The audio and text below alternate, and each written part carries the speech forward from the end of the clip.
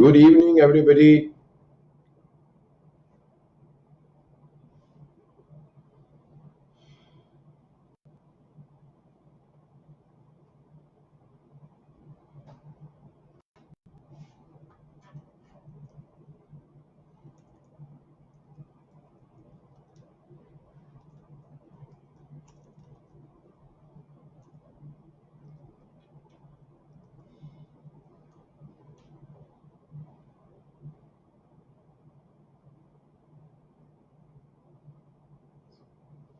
Hello, Pursh.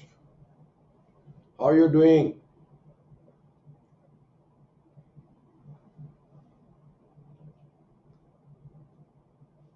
Am I audible to everybody?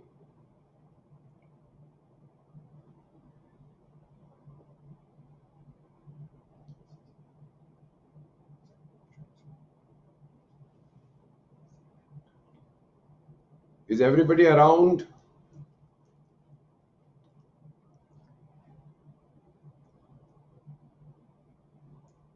Am I audible? Tarveen?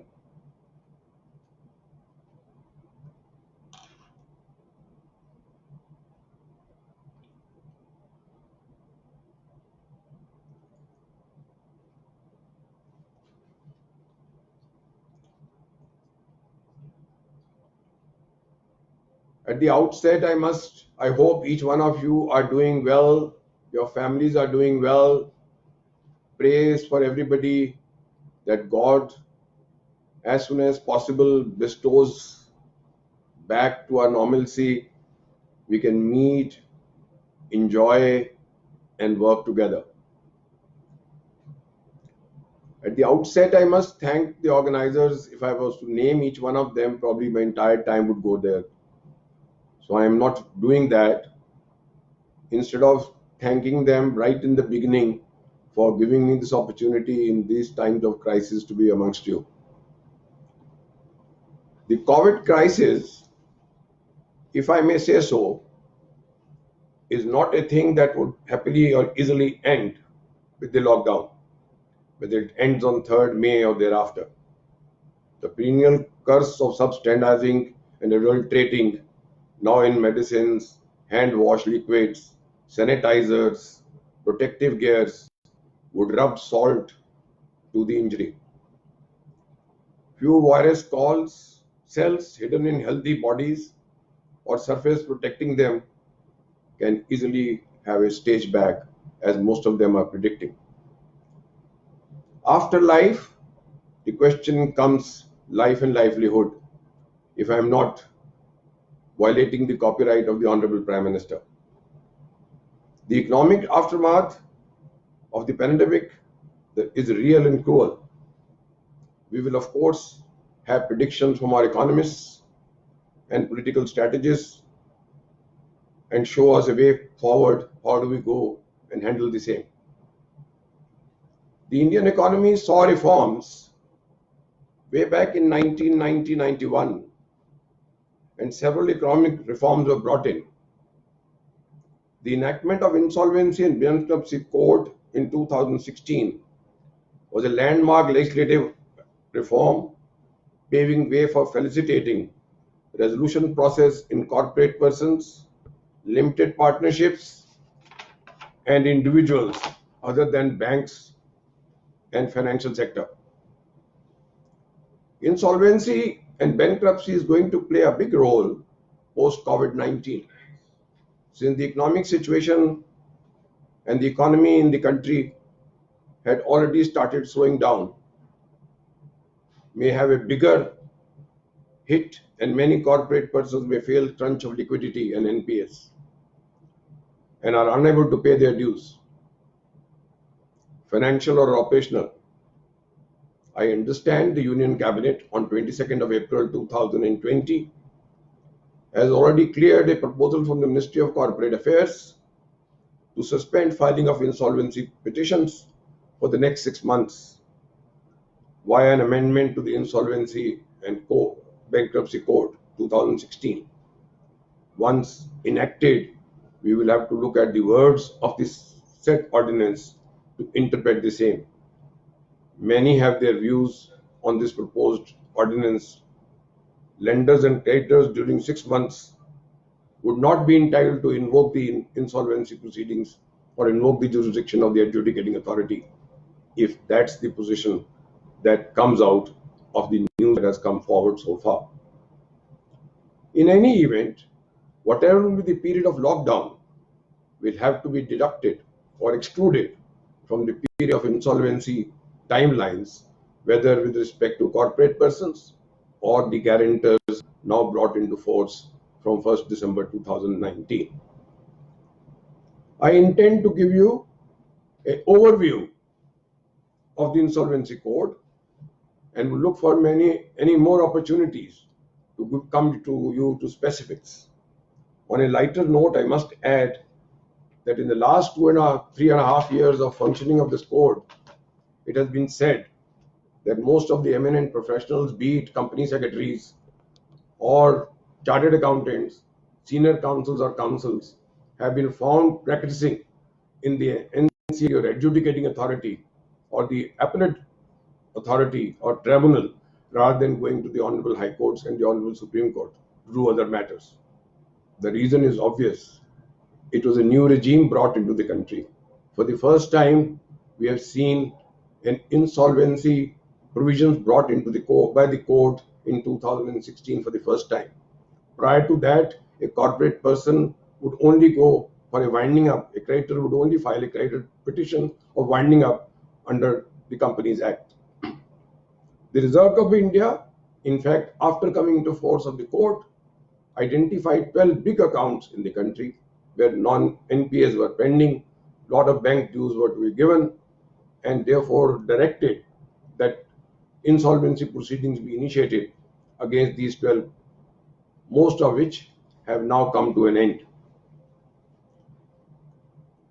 The question post-COVID-19, the insolvency resolution process would become more robust, and I'm sure new questions are going to come up, both in relation to corporate persons and individuals, which will require interpretation at the hands of the adjudicating authority as well as right up to the Supreme Court.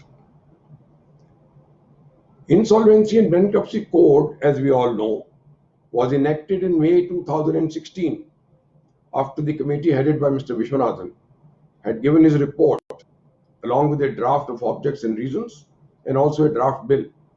Once it was introduced in the Parliament, the matter was referred to the Parliamentary Committee, which for the first time, it was seen in 4 months, gave a report, and ultimately the Insolvency Code was passed in May 2016 and brought into operation in phases commencing from August 2016 till December 2016. The later part on 24th of March 2020, in fact, brought in a new concept that under Section 4 of the Insolvency Code, the initial threshold, which was 1 lakh rupee, has been enhanced to rupees 1 crore. Many have their reservations on this too, because the smaller creditors who may have to file who are looking at insolvency to recover their dues immediately, may be outside the jurisdiction of this code. But this is only with respect to prospective and would only apply to such cases that are to be filed today or after the lockdown, and may even apply to those cases subject to the interpretation made by the adjudicating authority with respect to petitions that have been filed but were not admitted and Section 14 order of moratorium had not been passed. The Insolvency Code applies to corporate persons incorporated into the Companies Act or any other law for the time being in force. It also applies to limited partnerships and also individuals. The resolution process, so far as the corporate persons are concerned, is called CIRP under the code. For any corporate person, it is time bound for a maximum period of 330 days, 180 plus 90. And if no resolution is approved by the adjudicating authority within the meaning of Section 31, Section 33 follows, where you have to file, where in liquidation proceedings begin and a liquidation order is passed. Let me straightaway take you to the outline of this code. The code is divided in 5 parts. The first part is normal, which is title, applicability, and definition. I may add here that after the Reorganization Act of Jammu and Kashmir, this code now even applies to the 3 new union territories created under the New Organization Act. So it has extended its applicability even to what was earlier called the state of Jammu and Kashmir. Part 2 of this code deals with insolvency resolution and liquidation of the corporate persons. And part 3 deals with insolvency resolution and bankruptcy. So the word from liquidation has been changed to bankruptcy when it came to partnerships, individuals, or startups.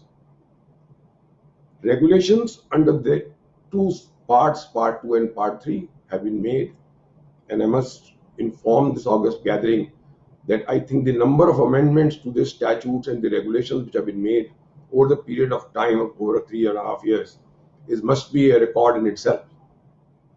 So far as part 3 is concerned, the same has been made operative only in respect of guarantors who have guaranteed the corporate debt to the financial institutions or to the operational creditors, and that is limited in its operation so far as part 3 is concerned.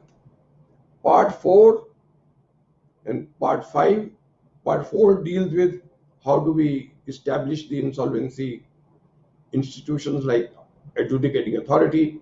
Actually, they are appointed under the Companies Act and are given the jurisdiction to come and execute or what we call exercise jurisdiction under this code. Part 5 is miscellaneous, what we normally have in the statutes, and deals with insolvency fund, deals with powers of the central government to pass orders and give directions, has agreement with foreign countries, but 2 aspects are important so far as part 5 is concerned. One is section 238, which provides that the code overrides any other provision of law for the taking in force.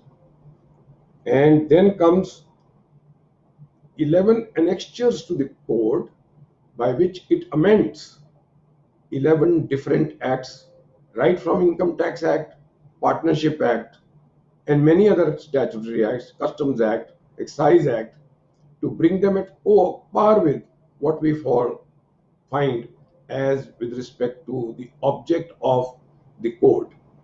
So the question that arises is, where is the need for doing this with respect to that?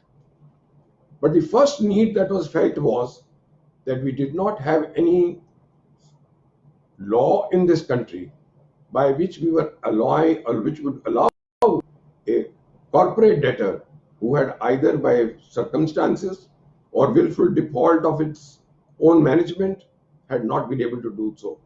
So the question that was hanging around and it was quite some time that the government was thinking of doing so, but then they constituted the committee, as I said earlier, and this whole thing took speed, which we are now seeing in what speed we have been able to do so. In part 2 of the code, there are 7 chapters. Chapter 1 deals with its applicability to the corporate persons. Then comes from section 6 to section 31, which deals with the question of right from who can initiate the insolvency until the order is passed by the adjudicating authority under section 31 by approving a resolution plan. I will deal with them in little detail. The third is the liquidation. Third chapter deals with liquidation process. In those cases where we have not been able to get a plan approved, a liquidation order gets passed under section 33 and goes up to its dissolution of the corporate person under section 54. Chapter 4 of part 2 deals with the corporate insolvency resolution process, which is fast track, but is confined to those companies which don't have assets more than 1 crore and are not listed, etc. So it's for them, it is a fast track code, provides for it a special procedure with respect to them. Chapter 5 deals with voluntary liquidation by the corporate debtor. In other words, while in section 10 in part 2, a corporate debtor would come to the insolvency court or the adjudicating authority and state that I want a resolution process to start, while in chapter 5, it gets the right to ask for voluntary liquidation straight away without going into the process with respect to resolution or rehabilitation. The voluntary liquidation starts from section 59 but has certain provisions to be complied with as a condition precedent. The majority of the board of directors must file an affidavit undertaking and certifying that it is not to achieve any ulterior motive, and it has been necessitated for circumstances that they must spell out in that affidavit. They must also state the valuation of their assets of the company and must also file the audited balance sheet with respect to the same. 4 weeks thereafter, a right goes to the members of the said corporate debtor, who must pass a resolution authorizing the board to go and move the insolvency board or the adjudicating authority, NCLT, for asking for voluntary liquidation. And it is only the voluntary liquidation action when it goes there, but the end result, both with respect to when you come for resolution and resolution is not passed and a liquidation order is passed into section 33, results in the dissolution of the corporate person. Same result comes when you go for voluntary liquidation.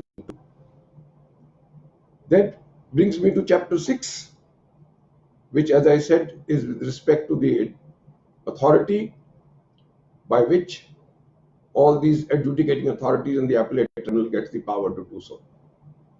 Chapter 7 deals with the offences and the punishment and penalties in the event of the corporate debtor or their directors not disclosing there are frauds, etc., fraudulent transactions, preference transactions, and all these are dealt with in chapter 7. That brings me back now to go back to chapter 2 to deal with the position in relation to chapter 2 in little more detail for you. The object of this code is for maximization of the value of the assets in relation to the reorganization and the insolvency resolution. It promotes entrepreneurship, makes available credit, balances the interest of all stakeholders. Creditor under the code is meant a person to whom a debt is owed and includes a financial creditor, an operational creditor, both secured and unsecured, including a decree holder who may be holding a decree in its favor against the corporate person. Charge under the code is an interest created on the assets or the property of the corporate debtor, provided the condition is that the charge is registered in terms of section 77 of the Companies Act. I may hasten to add that general lien which we normally thought banks have over in every advance that they have given to the assets of their customers or their borrowers is not recognized under the code. We must make a distinction between, under the code, between a claim and a debt. Right to payment, whether reduced into judgment, disputed, undisputed, legal, even equitable, besides right to remedy breach of a contract under any law, if such breach gives right to payment, you all know section 73, 74 of the Contract Act, whether disputed or undisputed, all form part of the claim under the code. It's a very wide definition provided by the legislature. In contradiction to the claim, the debt under the code includes only financial and operational debt, which is owed and means a liability or an obligation by the corporate person to pay to the creditor, whether financial or operational. The code creates authorities. It has created a board which is called IBBI, which is vested with jurisdiction. Unlike many other statutes, it has jurisdiction to regulate the profession. It has jurisdiction on power to make regulation, therefore legislative. It also has jurisdiction to provide process even for the liquidation or, for that matter, resolution process. So it's a very powerful organ of the code, and I must, with all humility, say Dr. Sao, right from the day one when he took over, has taken a lead from the front along with his members of the board and takes steps to amend the regulations the moment a situation arises. Unlike in many other statutes, when we see years pass by when no amendment is made by the legislature or even for the government. Then brings the second institution that is created, which is by chartered accountants for the time being, cost accountants, and company secretaries. Companies they have incorporated where the resolution professionals get membership and subject to their qualification provided again by the board. These are the institutions who are now in between the board and the resolution professionals. Prior to coming into force, or just immediately after coming into force, many of us thought that how will we meet this demand of this new legislature, a new code. But I am happy to share with you that each stakeholder, right from the legislature, the government, the chartered accountants, the lawyers, the senior counsel, company secretaries, they have collectively handled this statute, and the result is that India won the international award in 2018, beating Singapore, and stating that this was the most sought after jurisdiction, most recognized jurisdiction, and improved insolvency jurisdiction in the world. That was in 2018, and I'm sure we continue to hold that position in times to come. The code has 5 sets of rules, 15 sets of regulations made by IBBI before many orders passed by the government in removal of doubts. At the first place, many people during the course of its operation have been putting a question, especially as President of Insol India, I have to answer that, to say, why did we find this as a code? We only had a code of civil procedure. Why this insolvency and bankruptcy code? The answer is obvious. This is the first code which, in fact, not only incorporates the insolvency and bankruptcy provisions, it also amends, as I said earlier, 11 other acts, including Partnership Act, the Companies Act, and many other acts, which detailed are given in Schedule 1 to 11 of the code. That brings me to the next position and start with you how the code functions with respect to Part 2. In fact, right from 2016, it is Part 2 which is taking the field. It is Part 2 where insolvency regime has been invoked by before the Company Law Board or Company Law NCLT and the Educating Authority, and we have found petitions being filed both under Section 7. Section 7 can be invoked by a financial creditor for himself on behalf of every other financial creditor, and provided debt with respect to all of them is due and payable. An amendment was brought in, I'm sure most of you know, where we have not brought in the stakeholders like allottees of, with respect to JP, this started. The amendment has been made now, where we bring in now the allottees also as a financial creditor. Lot of this was challenged in the Supreme Court by the real estate agencies or companies, but the Supreme Court upheld in Pioneer Urban Land case, the Supreme Court upheld the constitutional validity of this provision, where an explanation recognizing an allottee as a real estate project having a commercial effect was made, and consequently now they form part of the financial creditor. Then comes a new amendment in 2020, in relation to those real estate financial creditors.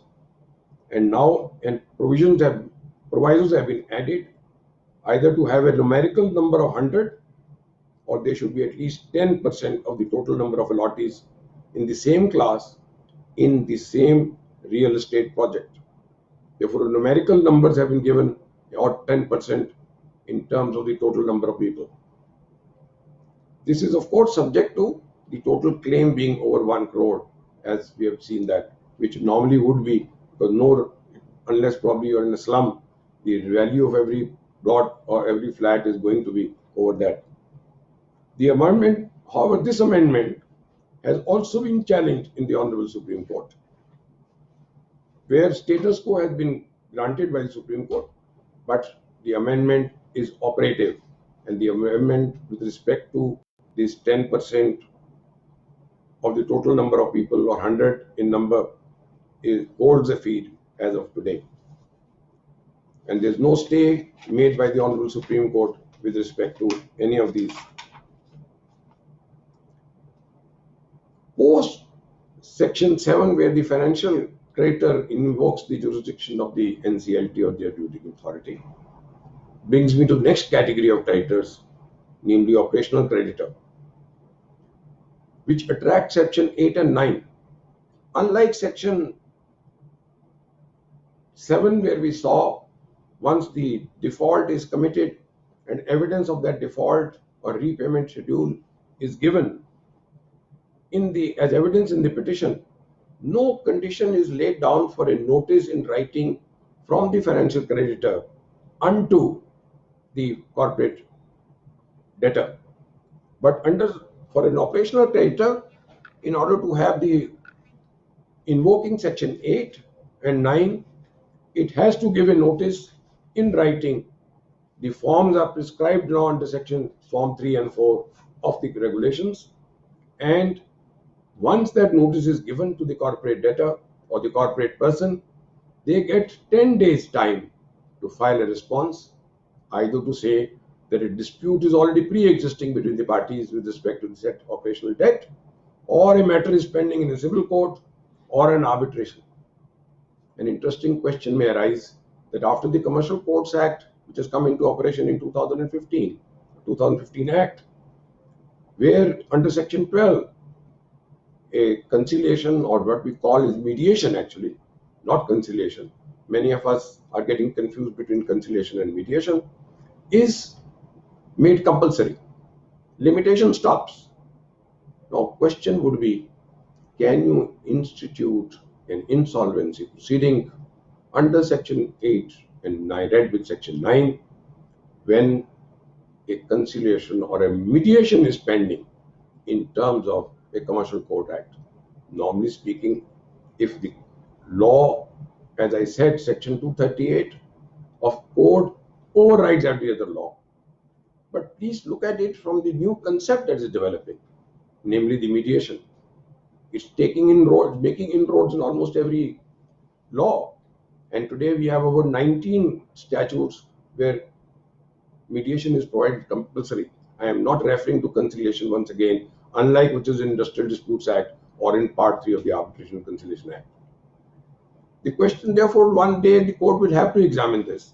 I'm sure the adjudicating authority or the Supreme Court or the appellate tribunal will examine this issue, that if a mediation is pending, which is a condition precedent under the Commercial Courts Act, can you do this and initiate insolvency proceedings? And would that not be a relevant factor if the corporate debtor was to respond to it and place that material before the adjudicating authority? In fact, a question did arise in relation to a Micro Development Act, and the court said the adjudicating authority will look into the question as to whether the corporate person has actually raised dispute before the word used is conciliation, under the conciliation, and consequently will take a decision before admitting the petition. But the question is, a mediation is a confidential. There is a confidentiality involved. What were the disputes? It could be still set out, but what were the proposals given to each other would not be a subject matter that could be disclosed before the adjudicating authority for it to take a decision whether it's a case fit to allow the mediation to continue or to admit the petition. But experience shows that though under the law the provision provided is 14 days time to the adjudicating authority to admit or reject a petition, but most of the time has been taken is over 6 months also, where the petitions are pending. So I'm sure this provision of utilization of mediation, especially in relation to operational creditors, would be given its due prominence by the adjudicating authority, keeping with the principles of Section 442 of the Companies Act, where also mediation already forms part of the Companies Act. And after all, NCLT is constituted, as I said, under the Companies Act, with a jurisdiction given under the court to adjudicate with relation to, or not really adjudicate, it's really approval of the resolution plan or to pass a liquidation order if approval of the plan is not there. So one will have to wait and see how the adjudicating authorities deal with the provisions with relation to mediation in relation to Commercial Courts Act. The third insolvency initiation, as I said earlier, can be by the corporate debtor himself under Part 2. But this is distinct from the voluntary liquidation, for he says, I am in default of a debt, whether operational or financial, and I would like a resolution process to begin with respect to me. The amendment to that has now brought in. There was a lot of confusion with respect to the same, whether you need to have a shareholders a special resolution or not. An amendment has been brought into Section 10, where a special resolution is not necessitated to move to the NCLT or adjudicating authority. This relates to default of debt, both financial or operational, as I said. Now, financial debt normally would be in relation to loans advanced or what we call consideration, time for value. But operational debt would be where you're using it for operational means. That means from the funds given by banks or financial entities, you have utilized them from taking capital goods, or you have utilized the finance for the purpose of working capital and actually buying your goods and services by use of that capital. I'll deal with that once I'm dealing with the question in relation to the distinction between the two creditors while dealing with the resolution plan. Section 11 prohibits a person from initiating the insolvency process under Section 10 if there's already an order and is undergoing a resolution process or liquidation process or insolvency process, or has not completed 12 months prior to the proceeding of making of the application for corporate debt of the corporate debtor, or has violated the financial, if it's a case of financial creditor, has violated the terms of any resolution plan which was approved 12 months before the making of the application under this chapter for initiation of the corporate insolvency, or by a corporate debtor in respect of whom liquidation order has already been passed, as I said, ordered in Section 33 or under the voluntary liquidation. A clarification has been made by the amendment again here. For earlier it was felt that a corporate person cannot institute insolvency proceedings under Section 8 and 9 of the Insolvency Act. That has been clarified by an amendment which says that a corporate person is also entitled to invoke that jurisdiction, and in fact a decision of the appellate tribunal under the code in the SN Plumbing Private Limited, where a corporate debtor was wanting to initiate insolvency proceedings under Section 7 or 9, the court has clarified that it will be entitled to do so. Two judgments or two decisions are relevant for me to place them before you right here. One is with respect to Mr. Ravinder Kumar Reddy, where a question was a payment of rent under a registered lease agreement. The court, with all respect, took a view that that's not a debt, that's not an operational debt within the meaning of the court and consequently rejected that petition. I'm sure in times to come this will be rectified. For you would recall when service tax came, the same was challenged, and one had the privilege to go to the Government of India as Additional Solicitor General. And the court, Justice Deepak Mishra, then presiding, held that letting out a commercial premises was a service rendered to a tenant.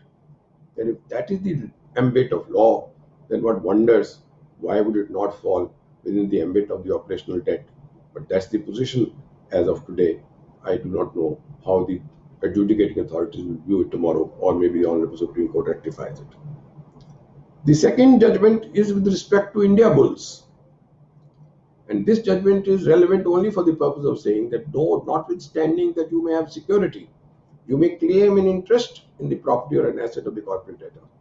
But if the same is not registered under Section 77 of the Companies Act, then you may be a financial creditor, but you would not be a secured financial creditor within the ambit of the court.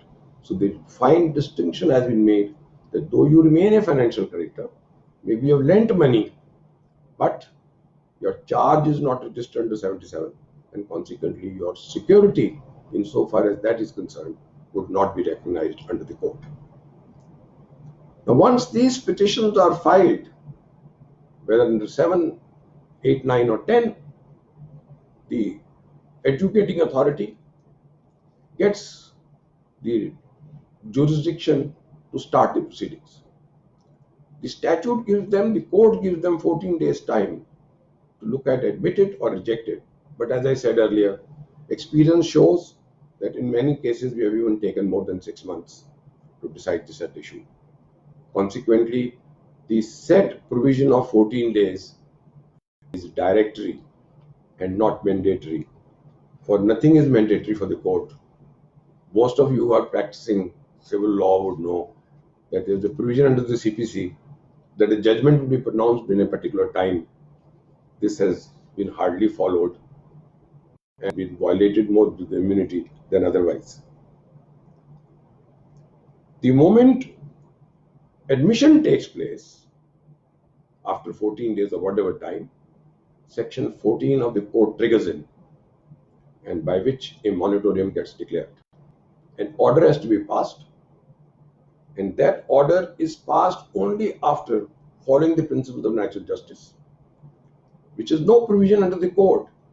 But in practice, once an insolvency petition is preferred, the same has to be given, copy has to be served on the corporate debtor, who is entitled to file a response, and the adjudicating authority then hears both sides before passing the order of admission under Section 14 and declaring moratorium.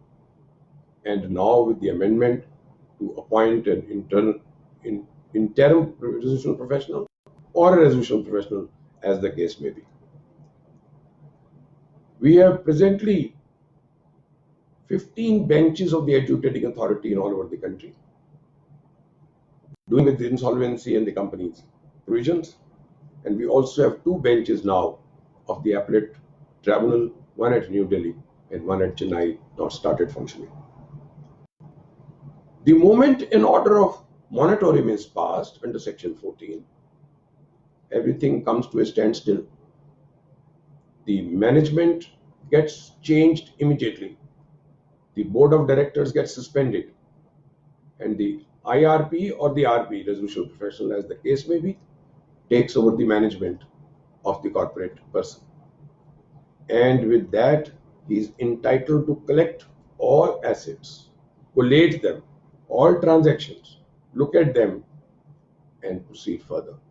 And moment this order gets passed, a public notice gets issued so that people at large come to know that insolvency process has begun for a particular corporate person, so that those who have any claims against the corporate debtor are entitled to file their claims with the professional, which is resolution professional, and the resolution professional is entitled to look into those claims and verify them, looking at the records of the corporate debtor, and come to a conclusion whether the claims are genuine, claims are to what extent to be allowed, and claims to what extent would be considered for the purpose of rehabilitation of or resolution of the corporate debtor. RP is another resolution professional, is one of the most important institutions that we have created. We all know under the 1956 Act, it was very rare that parties would agree, the debtor or the creditor, to appoint a particular liquidator. And it was mostly an administrator that was appointed with the consent of the parties. But here under the code, a statute provides that an insolvency professional, which is registered with one of the agencies that I told you created. Unfortunately, the Bar Council of India, though I made a representation, did not think of making a subsidiary of their own so that lawyers could register themselves in insolvency professionals under them. So most of lawyers who are now insolvency professionals are actually registered with one of the subsidiaries made by companies, secretary, or the chartered accountants or the cost accountants. Be that it may, the resolution professional, by virtue of the statutory power vested in him, takes over the management of the company and looks after the affairs of the company, manages the affairs, appoints, dismisses, enters into arrangement, and works as if he is the board of directors of the corporate person. Once claims are made, he collates everything. The next step comes is a committee of creditors gets established under this code. And that committee of creditors is by financial institutions. Now, of course, the allottees of the project would also have time to be on the committee of creditors. Welcome Vadwa, welcome Mr. Ankur, welcome Ms. Bharat Arora.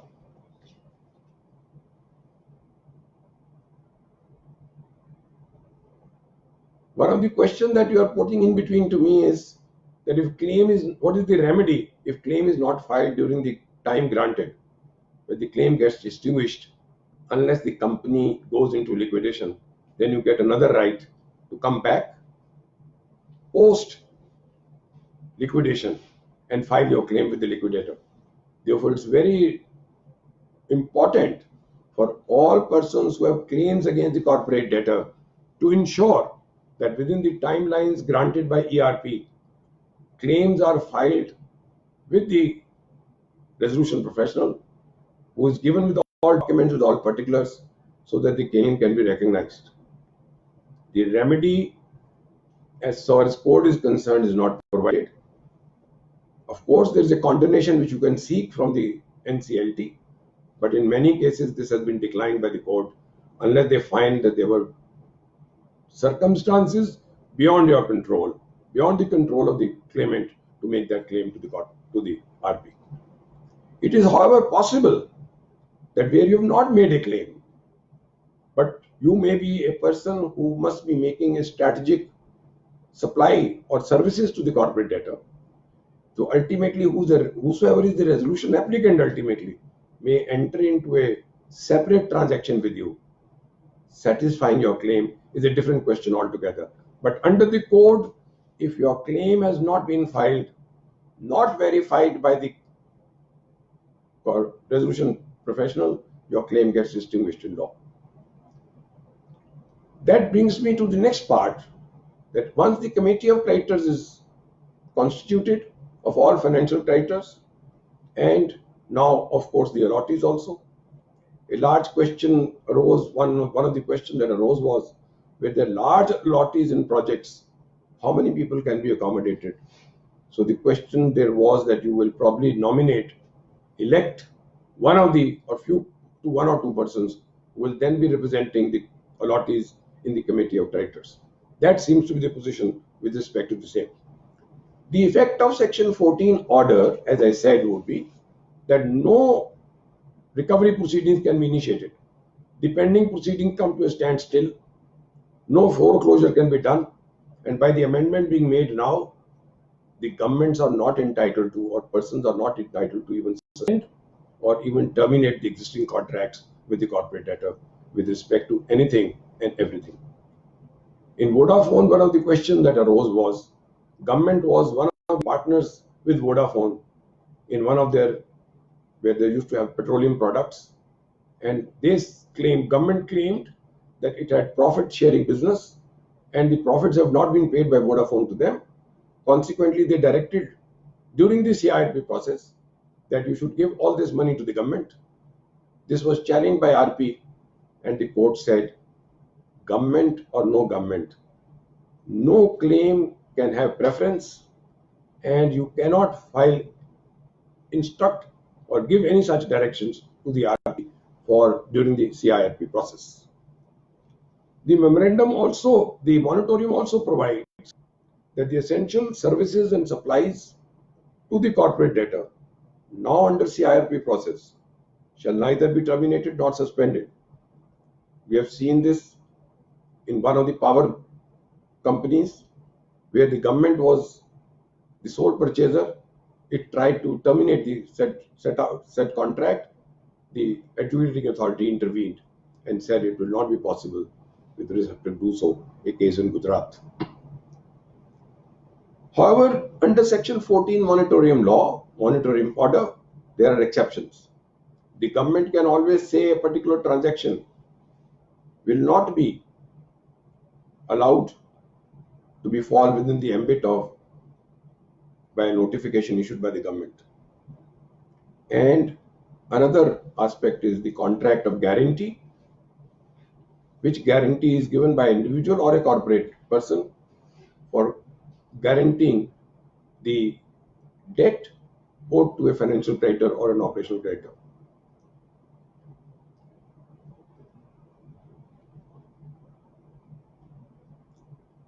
Well, to ask to Mohapatra to say that you have to provide your bona fides, obviously the adjudicating authority, when you file a petition under Section 10, would look into it. If you already have debt payable, committed a default, the assets of the corporate debtor are not sufficient to meet ultimately the corporate debtor claim made thereunder, then the choice would be nothing else but to accept it. Unless the adjudicating authority finds that you have brought Section 10 petition for an ulterior motive, then obviously the petition will be dismissed. Now, the question of director having resigned or not resigned would not be relevant here. That is not relevant for the purpose of the insolvency proceedings or what we call CIRP process. The fact is, whether you were ex-director is not relevant. Whosoever claimed they were directors of the board on the date when Section 4 is passed gets suspended and RP takes over the management of the company.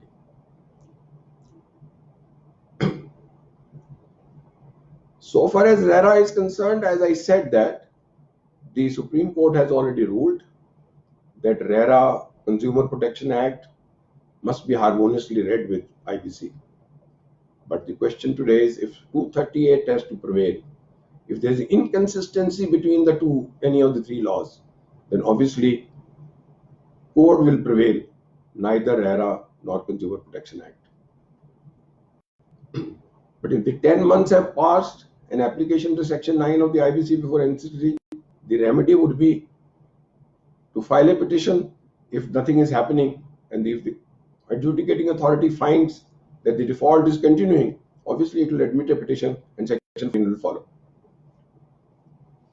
As I was saying, a guarantor is also excluded under Section 14, and as I will deal with it a little later, time permits, that the guarantor now of a corporate debtor is now dealt with under the chapter under Part 3, which has now been brought in force with effect from 1st December 2019, where you can bring in resolution as well as bankruptcy proceedings against the individual so far as guarantors are concerned.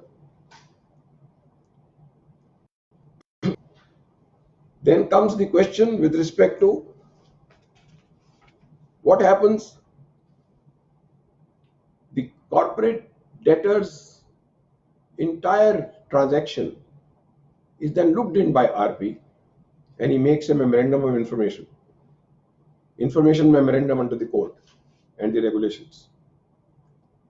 He makes this to make it enable the resolution applicants who would like to put in their might who may like to bring their finances into the company and take management of the company, ultimately, if the plan is approved. Consequently, this is taken care of by a memorandum of information.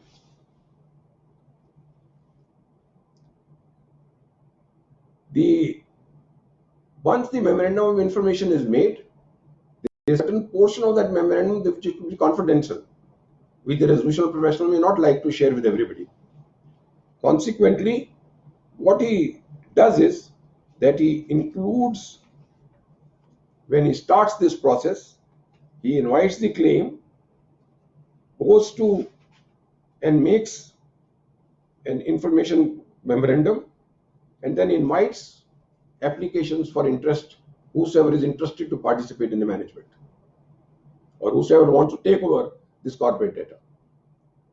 So if one resolution applicant shows his interest, complies with what he has asked for, resolution professional, then access is made of that confidential information also of the corporate data, which can be shared with it to enable them to file a resolution plan in terms of the court. A question had been raised to me during this time of COVID-19, whether a force majeure clause was not incorporated into the resolution plan approved by a adjudicating authority,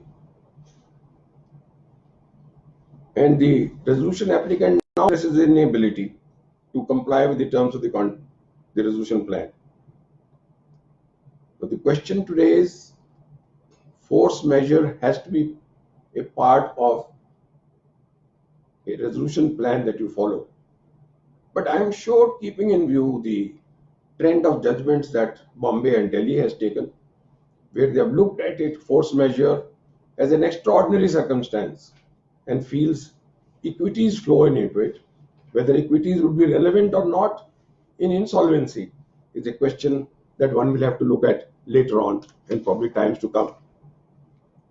These are questions that were put to me also on the Facebook, and consequently I thought I must deal with them there itself. Force majeure has to be a part of a contract. Force majeure's wordings becomes important.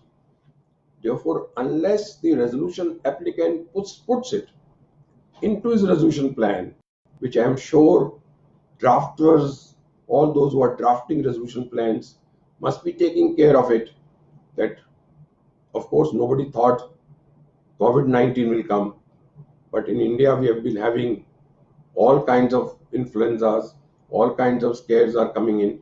Therefore, there could be possibility of roids now. That is the latest trend that we find happening even as close as Delhi. So consequently, a force majeure clause, if it is part of the resolution applicant, duly approved by the adjudicating authority, it may become relevant. The only other way is that if you can go and file an application before the adjudicating authority. But I must warn my friends, the power of review is not with the adjudicating authority to review its orders. Consequently, it will be difficult. Yes, the remedy ultimately will be Supreme Court of India, which may come to your aid and say, this COVID-19 was never thought of, nobody dreamt of it, and consequently, there are special circumstances where we may allow a resolution plan to be amended, but that will depend on the Supreme Court of India. I do not think it will fall within the jurisdiction of the adjudicating authority, or for that matter, the appellate jurisdiction, to incorporate into an existing resolution plan, which is approved already by the adjudicating authority. But a word of caution must be brought in.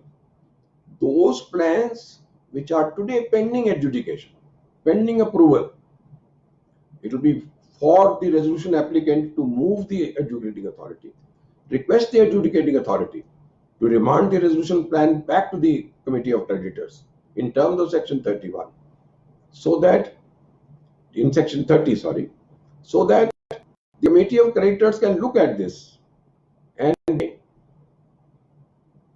allow the resolution applicant to add to the existing resolution plan a force majeure clause. On one hand, the resolution professional is looking at management, running as a going concern, the corporate person, bringing new employees, asking for claims, assisting the committee of creditors, calls for resolution plans, and now starts verifying the resolution plans to place them before the committee of creditors for its approval. In terms of the mandate of the court, a resolution professional has to go through each plan and finding it in conformity with the code and the necessary necessary ingredients thereof. Especially, for example, how does the resolution applicant wants to pay the debt? How does it want to run? What is his future plans? From where will it get funds? What is his stature? All that must be provided in the plan, and it must have a mechanism within it. How does the resolution applicant wants to implement the plan if approved by the committee of creditors and ultimately by the adjudicating authority? So a lot of responsibility has been cast on the resolution professional. When the resolution plan passes through the first phase, it goes before the committee of creditors. Committee of creditors then looks at it. It looks at it feasibility, looks at it viability, looks at it how best it is, and takes a business decision in its own discretion to say that such a plan is worth considering and approves the same by 66% of them. Consequently, I would have to rush it up, for I see time running out for me. So the resolution plan, once it is passed by the committee of creditors, then goes under section 31 to the adjudicating authority, which cannot look at the business decision of the committee of creditors. But I must add, committee of creditors cannot delegate this power to somebody else to look at the plans. It must do its job. Of course, committee of creditors can have its subcommittees and ratify their actions. So once the plan goes before the adjudicating authority then approves the said plan. The said plan becomes binding on everybody, whether it's the shareholder, whether it's the creditors, including the government, state and the central government and all local bodies. If the plan is not approved, a liquidation order passed under section 33, and once the liquidation order is passed, then section 53 gets attracted. But before that, the liquidator is entitled to again get an opportunity to sell the corporate debtor to a new person who would like to take over the management. I must add, looking at the time that I have, that section 29A has been a bone of contention, which disqualified many resolution applicants, including the erstwhile management or the promoters, from putting a resolution plan. Two amendments have been made. The financial entities who were earlier thought were also debarred, they were connected with the corporate debtor, have been clarified that they are exempted, and people who have taken a corporate debtor under a resolution or with the approval of the Reserve Bank of India under the various schemes or with the order of the court are also exempted now and do not fall within section 29A. I may hasten to add 29A bar to the erstwhile promoters and directors starts from the fact that they can't make a resolution plan, goes right up to the end, even during liquidation. They cannot have assets under the sale by liquidator also, and consequently the liquidator then proceeds to sell the assets of the corporate debtor, and on the recovery of money then it distributes it in terms of 53. I must add here, at the first time in this code that the waterfall has been provided where government dues are less than or on clause D and do not form part of the priority. The first priority is the cost that we are incurring with respect to the insolvency process or liquidation process. So the entire cost has to be set aside for meeting that cost. The second comes the workmen with the secured creditors and financial creditor. A secured creditor can opt out of it, but if he from the security that he has, if he sells that security, but there's a balance amount, then it goes in clause D of section 53 and does not claim to be a first creditor in terms with others. The third C category is other employees of the corporate debtor, and fourth comes the government along with the secured financial creditor for his balance debt. Therefore, there is a waterfall till we all thought that the normal impression that we carry that a sovereign debt will get priority. It is not getting any priority into the court. I would leave here and give some time for questions to be asked so that I may not lose the entire time in giving you my viewpoint only. Can I have the questions, please?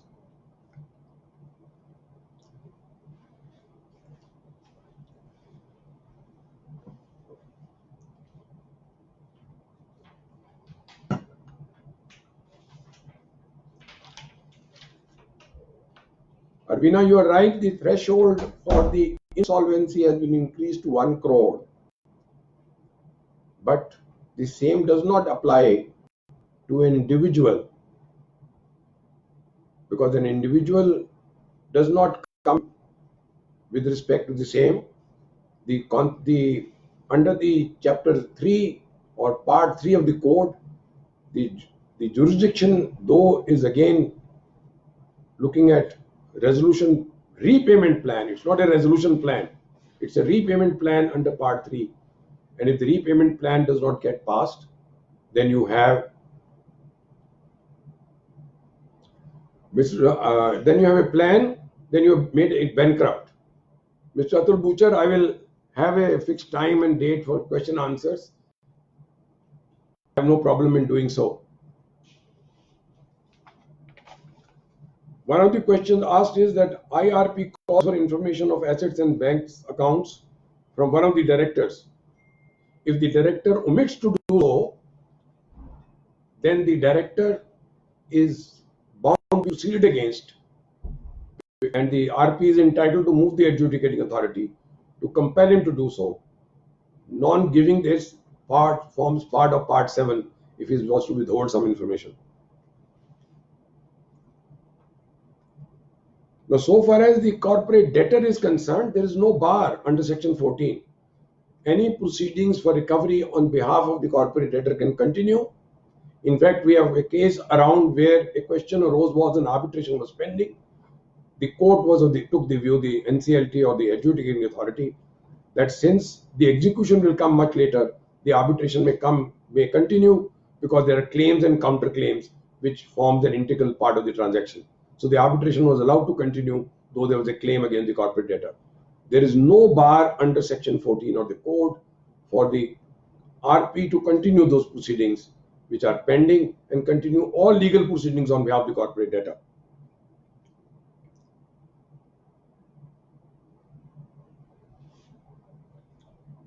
In the question in respect to RERA, if the execution has been filed, then one has to move the RERA. It can't be a ground to move the insolvency court. Even if therefore, you may have a remedy to come under Article 227 of the Constitution of the High Court to compel the RERA to pass an order in execution. But that can't be a ground for coming and invoking the jurisdiction under the code.